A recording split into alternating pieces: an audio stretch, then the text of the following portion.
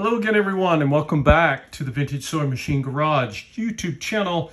You are looking at the Bowmark 3100 as I make my way around a machine I have never seen.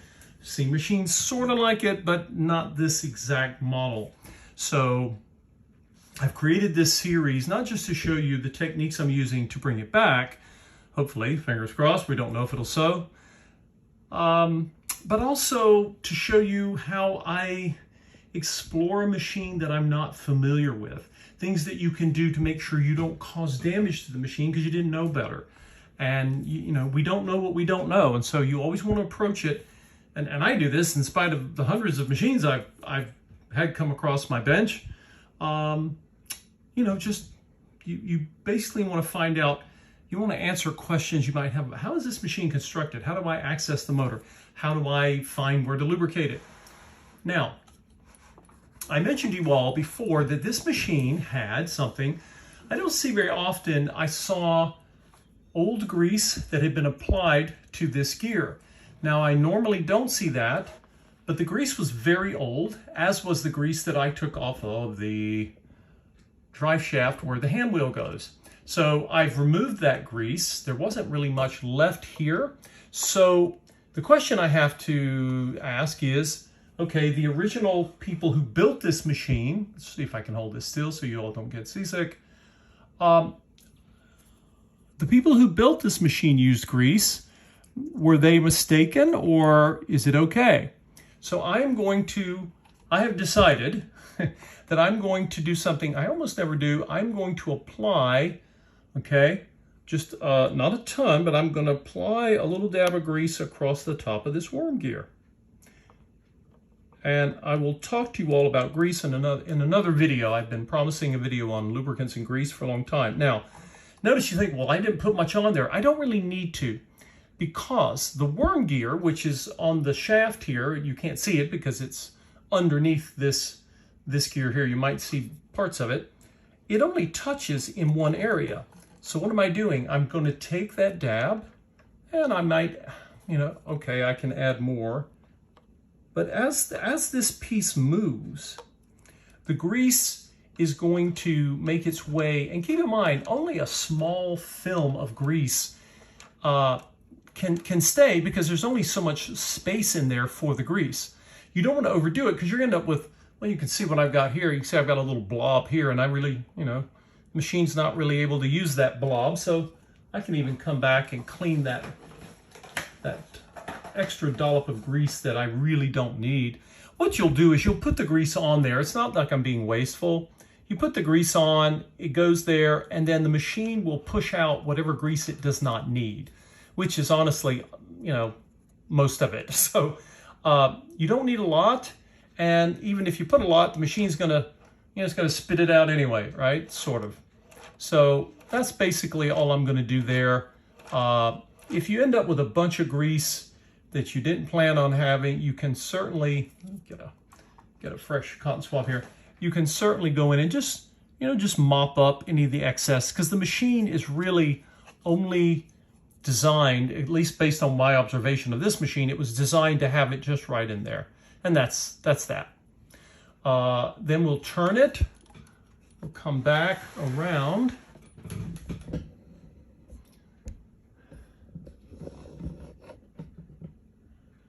Having the machine on this pad, or even on a towel, would be, you know, it's kind of like my makeshift lazy Susan here for the machine, so I can turn it easily. Okay, you saw me taking off old grease. Again, it's not common, but again, I didn't engineer or design the machine. I'm pretty safe in my assumption, I think, that this machine's grease was original. So what am I going to do here? I'm just going to go around and just put a tiny little ribbon of grease. In fact, I may have to take cotton swab to get underneath there, because I can't get my little applicator all the way in there. And again, we don't need a lot because there's not going to be a lot of space for grease, right? Because the hand wheel is going to be up against this this sort of stop on the drive shaft. It's going to be right there, and it's going to be flush. So you know, you think you're putting in a lot of grease, but most of it's going to squeeze out. So I wouldn't get too worried about not having enough. Now, I told all of you for this specific place, I'm not going to put grease on here. I'm going to put, you can put it on the drive shaft here and it'll sort of flow around. I can also take my hand wheel. Remember, the bushing is made of steel. And again, you don't need to flood this thing or you're going to end up with a mess. I just made like a little line of sewing machine oil. I don't know if you can see this. I basically put in my sewing machine oil applicator and just made a little stream around there. And there we go. And it's fine. That's all the lubrication that is really needed for here. I didn't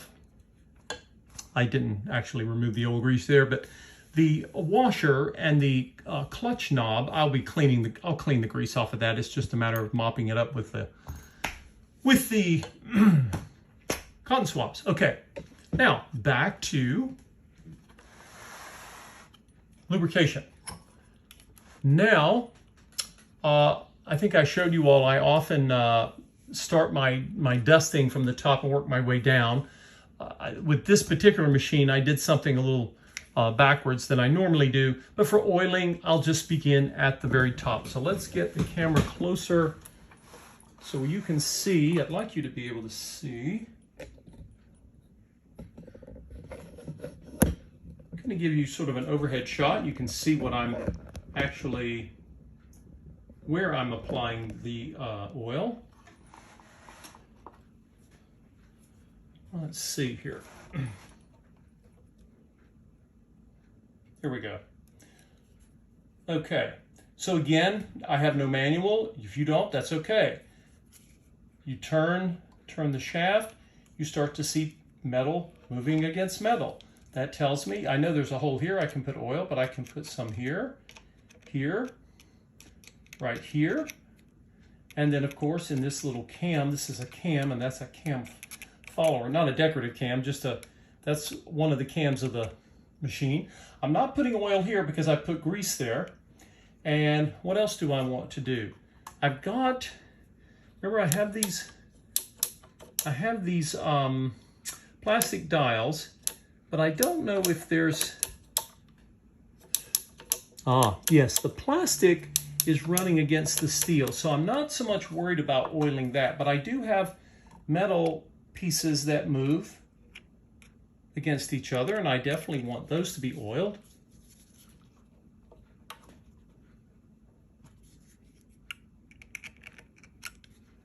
Now, I mean, that doesn't look like I did much. I can also look at, let's get things elevated just a little bit more here. Now, let's see how that looks for all of you.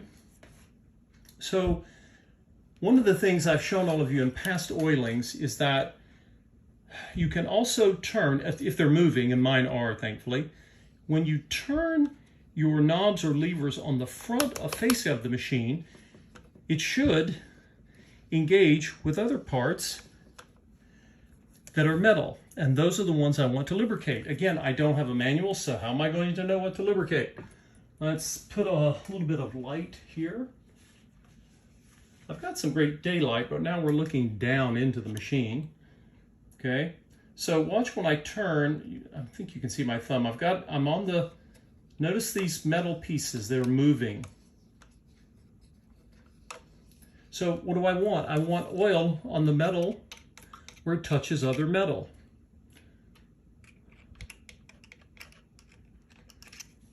And even though things are moving, I know, I can tell that this machine has basically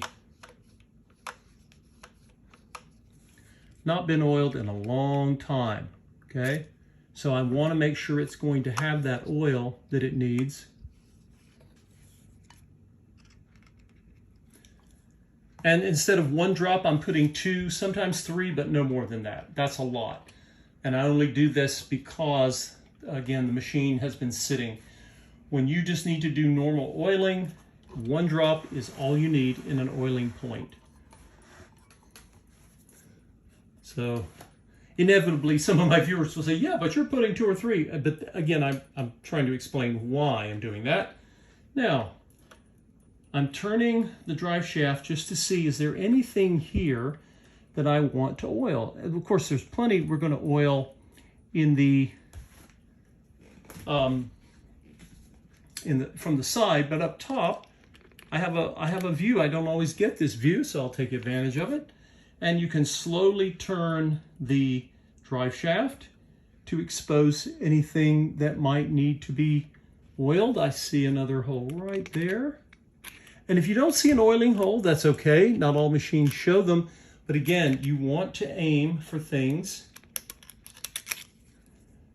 Anything that looks like a gap where metal is moving against metal, just put a couple of drops. You're waking the machine up. So that's what I see from above. Now we're going to come back down.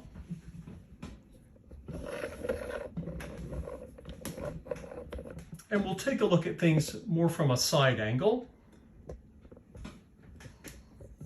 Let's see if we can get back here. Now, I'm getting a different look on the machine. I can see, here's the shaft. This shaft right here, of course, is what's going to allow me to have zigzag. And let's put it on, okay, that was no zigzag. So when I have my zigzag out, I want to put a drop here because that shaft is very important, right? That shaft is moving horizontally and you definitely want it lubricated. Just a little bit up here. Put a drop here. And of course, we have, what do we have? We have our needle bar, which obviously is that's a major oiling point. And I'm going to take a cotton swab because I see it's very normal.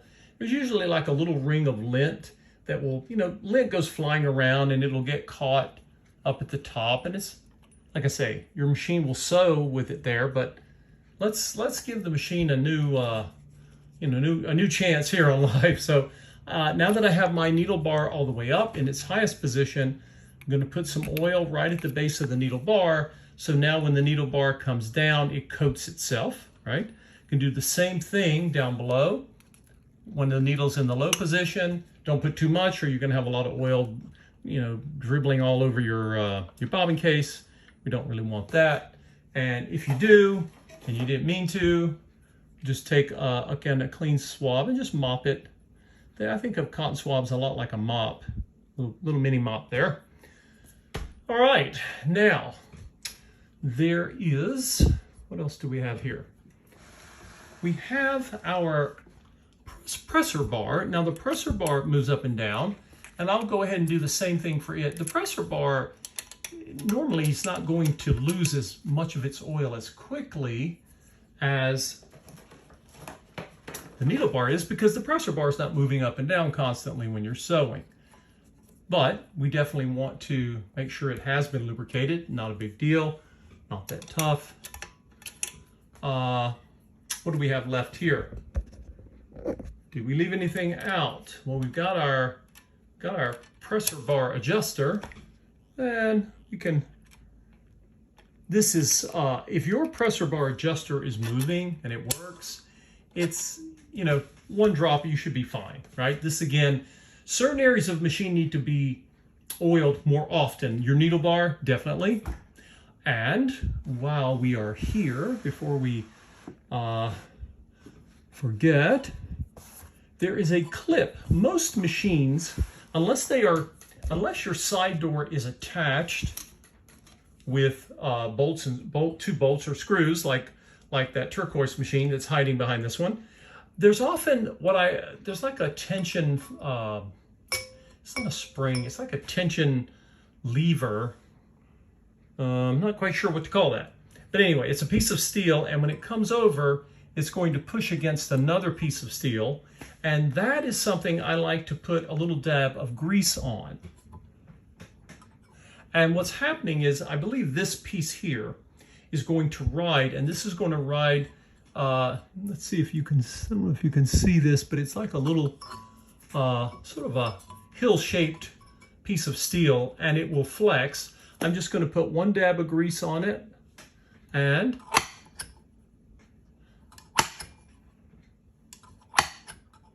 that sound that you hear is actually this door touching the side.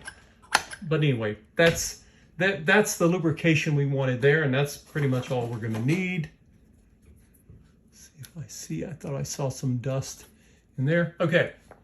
All right. Now, if you would turn your attention back to an area that I was inspecting just to make sure earlier, and that of course is the arm of a free arm machine. This one of course is a free arm. They're also called convertibles. So we're going to do the same thing for this.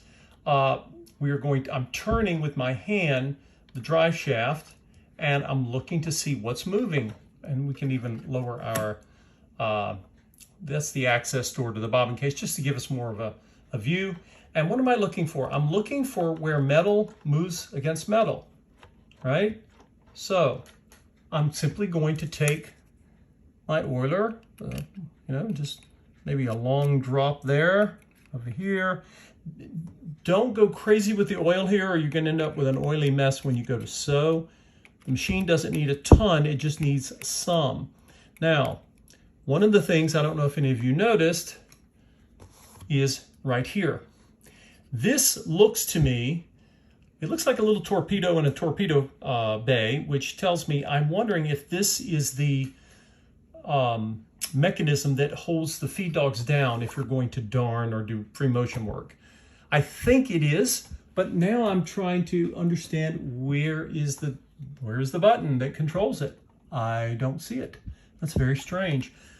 Well, if any of you have any ideas, let me know, because I don't have a manual. So I know that I believe this comes out.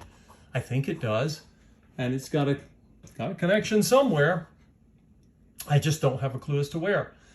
I don't know if it would be something that would be, controlled up top. That would be unusual, but I guess nothing is impossible, right? So this is my needle position control. Well, interesting.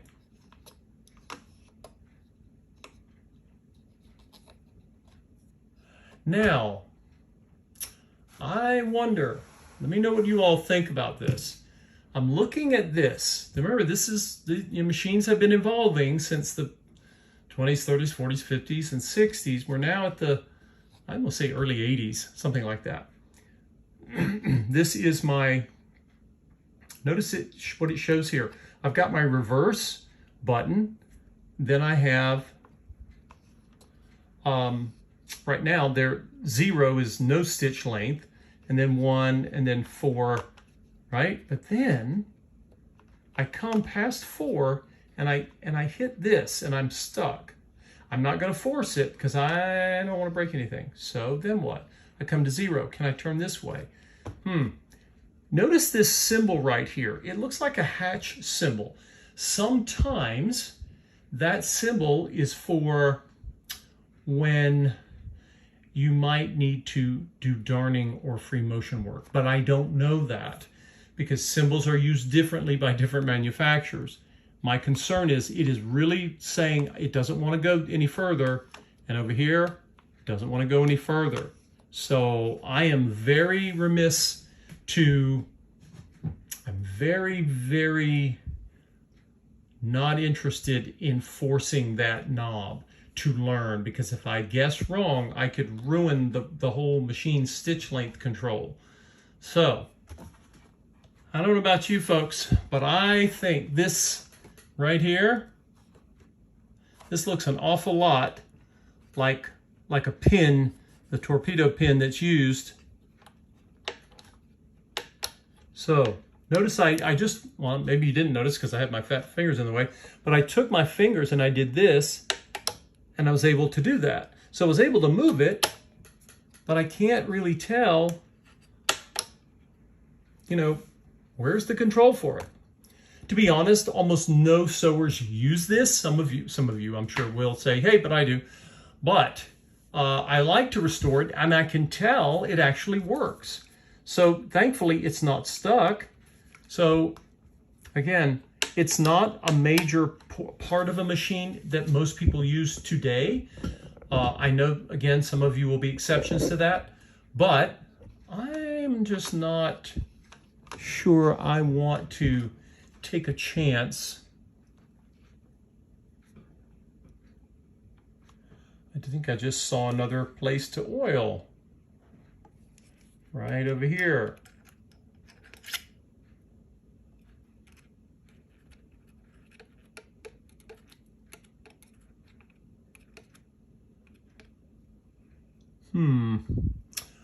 Well,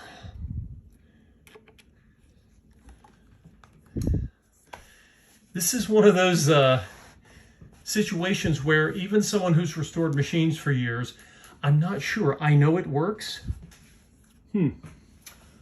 And I'm willing to bet it's controlled by something.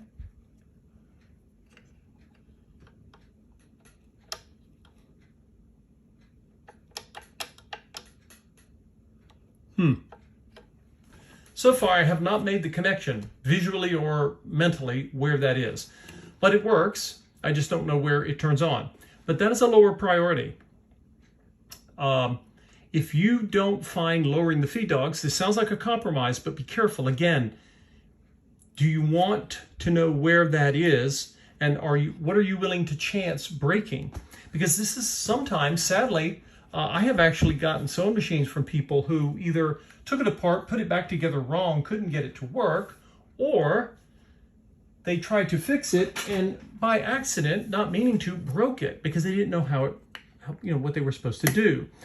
And I don't want to be that person, so I think I'm going to hold off on that. If any of you know where that might be, let me know. Maybe you have a machine, maybe it's not a bow mark, but maybe it's a machine that kind of looks like this one, different color. I don't know. Put your comments down there. But anyway, we have now oiled all of the areas of the machine. Have I forgotten any?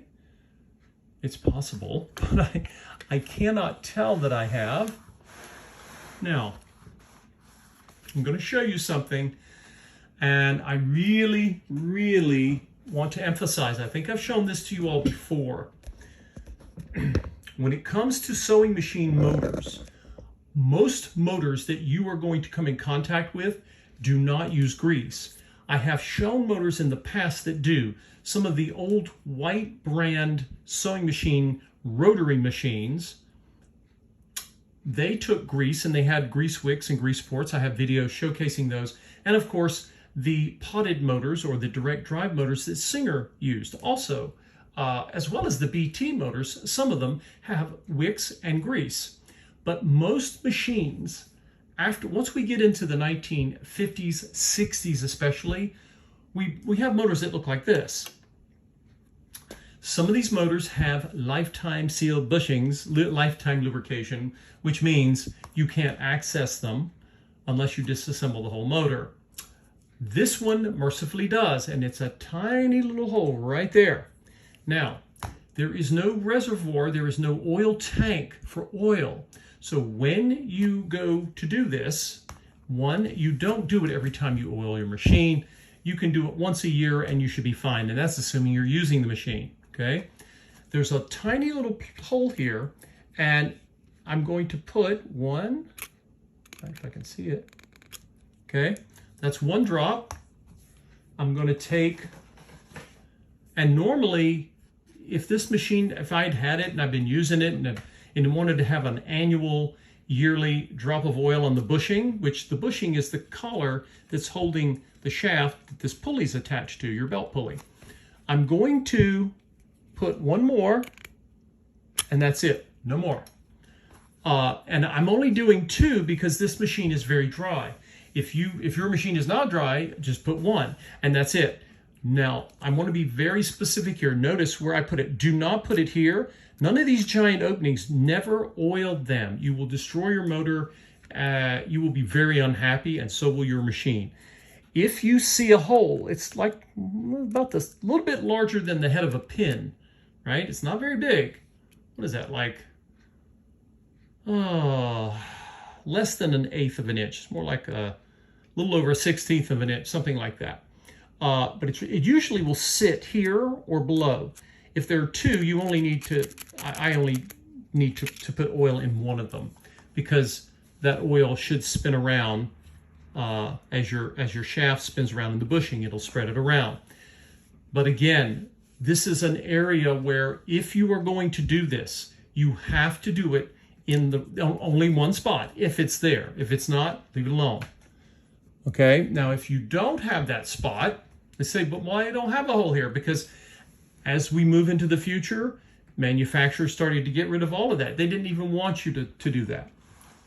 If you look at your sewing machine motor, you're going to see the pulley. Let's see if I can get you the right view here. Okay. What you're basically looking at is a pulley. It's attached to a shaft, and that shaft is turning inside a bushing or a collar. I've shown you a bushing before. And if you don't have that hole for putting a drop of oil, you can take from the side. Never, again, do not do it towards your motor. I cannot emphasize this enough. Notice that there's a gap here. And actually, this is unusual. This one actually has a little tiny washer. And I don't know if that washer is made of rubber or what. I can't really tell you. But what I would say is, in this case, I'm not going to do it. But let's say you don't have that hole and you want to get some oil on the shaft. You can put from this position, if you can get to it, you can put a drop, okay, or two. That's it. And once you've had the machine, if you're doing it once a year, one drop is it. You don't need the drop on the shaft if you have the oiling access hole. Sometimes the motor will have directions. It'll have a little arrow and it'll say, oil here. That was really, at this point in time in the history of sewing machines, that was really for the servicer. But whatever you do, do not oil your motor unless you see this only. Because if you do, you run a huge risk of ruining the motor and potentially the whole machine. You're going to try to get a replacement motor. Just don't do it, okay? Not necessary, and it's easy to screw up. That's why I've just spent, what have I been talking about for 10 minutes now? All right, so, something just occurred to me. I normally don't have this option, but apparently I do here. Notice I can actually, now I've got my hand on the shaft, but I have the machine turned around. I can also look at, let's see how the machine moves from the other side, just to make sure I haven't missed anything. There's a little spot right there where that piece hits a piece. Again, I'm being very judicious, very conservative with my use of oil in this area because this is where lint is. So let's just take a rag and I could have vacuumed this up.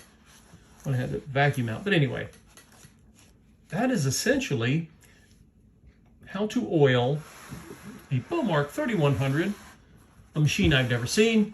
And this is the same approach you could take if you have a machine. And this happens to quite a few of you. I get messages from people where they say, I got this machine, but I don't have a manual. How am I going to oil it? How am I going to thread it? I'm trying in newer videos to remember to show you all how to thread machines, especially those that are hard to get manuals for. I knew, in the past I would just, show the machine and put it up for sale, but I did not know that the channel was going to take off the way it did. So here we are. Now, what's left, everyone? I think in the next video, got to put it all back together. I will show you how I think that the machine should be threaded, I think.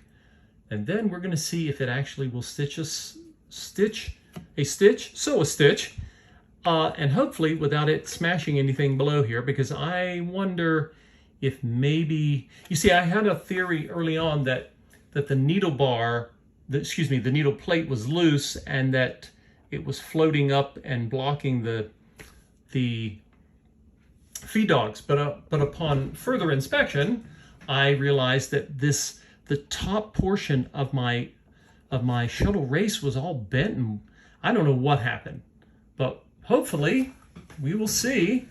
But it would be great if this machine can learn to sew again. How awesome would that be? I never know until I try. And again, didn't have to pay anything for it, but I love rescuing things that were made to last. Yes, it's a hybrid machine, but like I said, there's nothing wrong with a hybrid machine.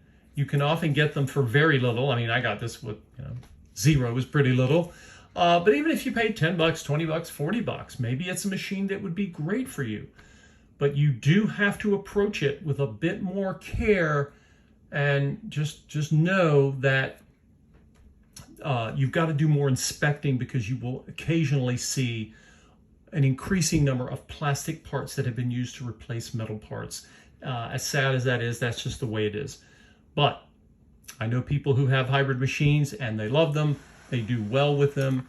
How many generations more can they last? I don't know, but we can find out. I appreciate all of you watching and looking at the Beaumark 3100 on a beautiful sunny afternoon here. I love the light that I'm getting right now. And in the next video, we'll start putting it back together. I'll show you how I install the belt, adjust the belt tension, and then who knows? All of this effort may have been for nothing. It might not sew ever again. I have no idea. But we'll find out together, everybody. Thanks for watching.